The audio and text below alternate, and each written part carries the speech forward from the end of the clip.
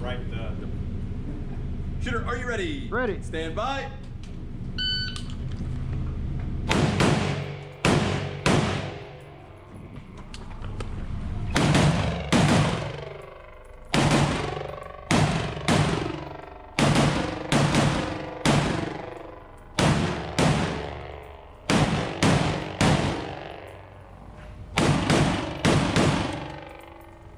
If you're finished, unload the show clear.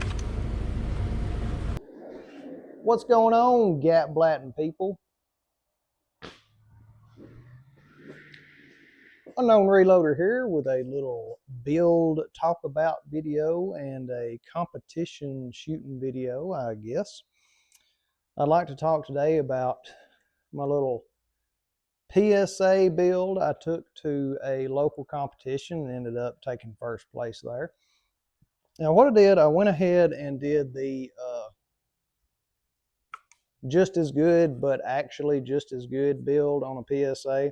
So I took the cheapest daily deal lower I could find, which was like $40. It was the now not property of U.S. government M4A1 carbine lower, which did have all the engraving full of tiny little aluminum BBs, and there's still some in there. I'm assuming that's the polishing media for the lowers after they're anodized. So that was a lot of fun to spend 30 or 40 minutes with an O-ring pick digging all those out of there, but my just as good be my just as good. So after that, I went ahead and installed a Geisley lower parts kit, and that is just a SMID parts kit with a G on it instead of an S right here at the safety selector. Now all the other parts did have an S on them, so that was a SMID kit. Actually did have a problem with it, whether it was the position of the cutout for the little detent in the front takedown pin. Did not want to line up quite right and would have to do a little twisting to get it to lock in. So I swapped that out with another front takedown pin I had lying around, and it was just fine.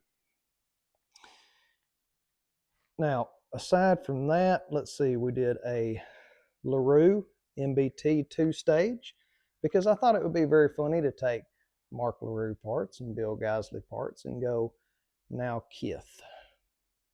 But anyhow, buffer tube is a BCM buffer tube with a BCM H buffer in there and a Springco blue spring. And a castle nut that is properly staked. The bolt is, I believe, a micro best. But yeah, I think that's my micro best that I bought back when everybody was like, oh, don't buy the Toolcraft, you gotta buy the micro best now. So that's in there. Let's see, upper is just a BCM Blim upper, which I think this one, well, I can't tell now because I pretty much blimmed it up myself. So I'm pretty sure it was all right when it first came in. I couldn't find a 10-inch enhanced lightweight upper when I was building this out, so 10-inch handguard. So I went ahead and built my own with a MCMR 10-inch handguard there, a 14.5 enhanced lightweight BCM barrel, just the standard, not the BFH. That is, of course, pinned with ASR to accept my silencer co-suppressor. Let's see what else we got on here. The good old Magpul Imbus sights that do pretty well, 0 to 25 yards. Flashlight is just the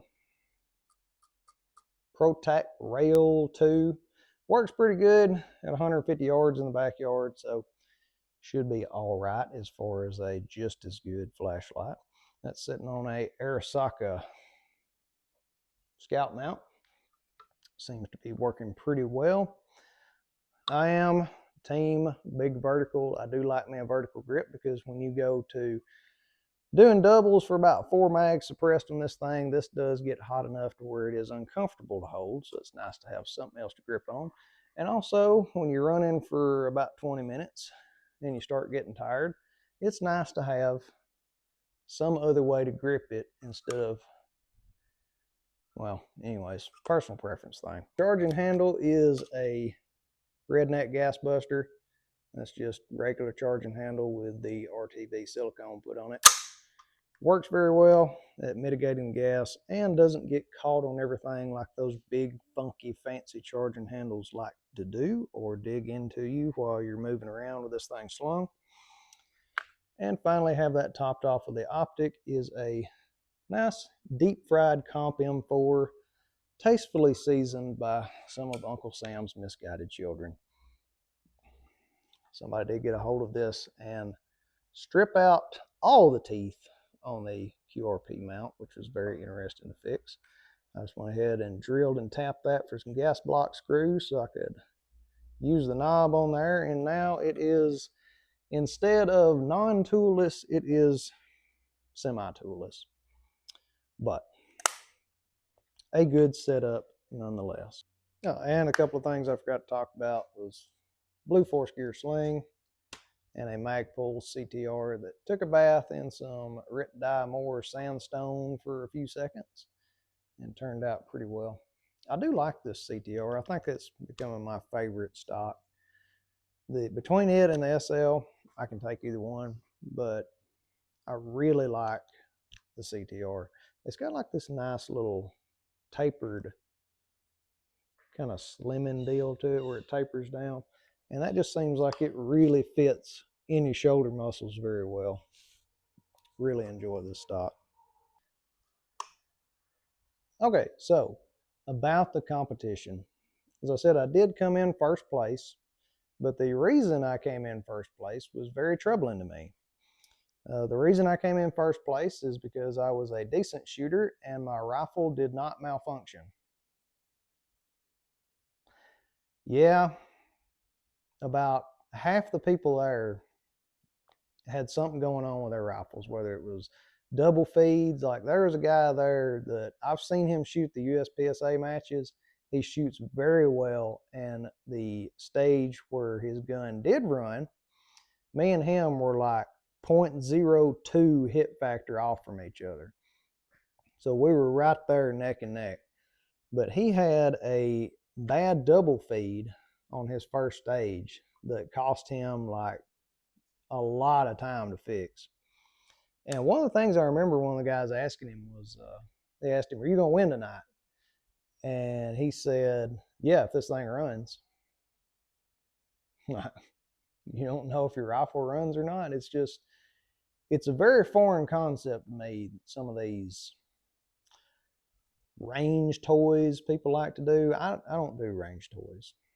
Every rifle to me has to have a serious purpose, whether it's my main, go-to perfect gun that I've got set up and ready to go, or it's my lightweight carbine or my night rifle or my little PDW I built. It has to be built with quality components so that if I ever need it to pick it up, or if my wife ever needs to pick it up and defend our property with it, I want to make sure that it is 99.9% going to go bang when you pull the trigger. So when I hear these guys talking about like, "Oh, I done broke 2 Chinese bolts, I'm on a 3rd one, so we'll see how it goes tonight," and you got a super safety that's doesn't look like any super safety I've ever saw, and it's kind of shiny gold colored, so you know where that came from.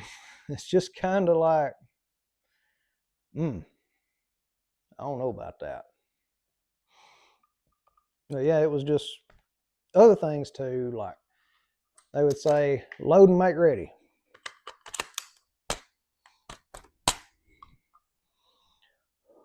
And then the timer would go off and flick the safety off and then start shooting. Like little basic things like that right there, like forgetting to load your rifle. I mean, these things, to me, they're not toys. They're for serious use. And that's how I think every rifle should be set up. It should be serious. It should be good to go. There should be no expense skipped anywhere, except maybe on your flashlight here.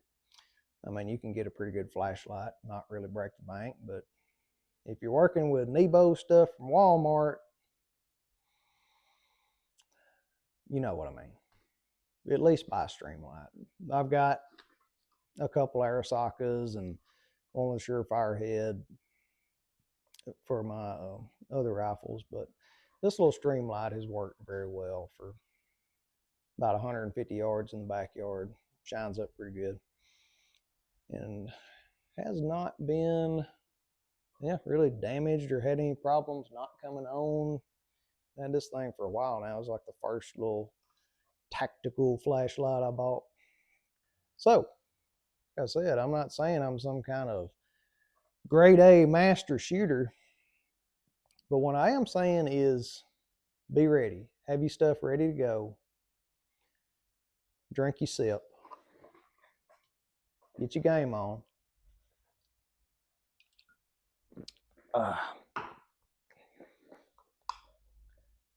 And just be prepared for anything that's going to come your way. Don't have subpar parts that are going to give you a subpar performance. And get out there and make your rifle just as good. Y'all have a good one.